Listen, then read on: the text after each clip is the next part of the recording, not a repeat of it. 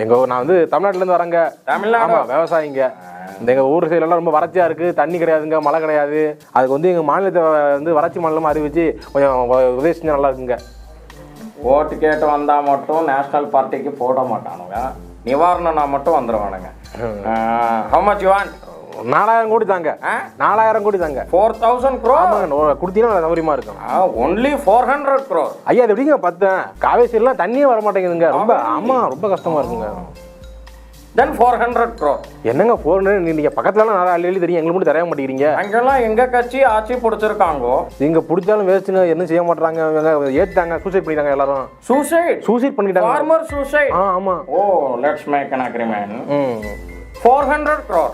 பாயா 400 அங்கே சொல்லிட்டு இருக்க அத மாட்டேங்குது சார். 300 crore.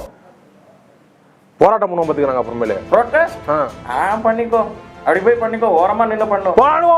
போராடுவோம் விவசாயிகளை திரண்டு வாங்க, போராடுவோம். கிளம்பி போ.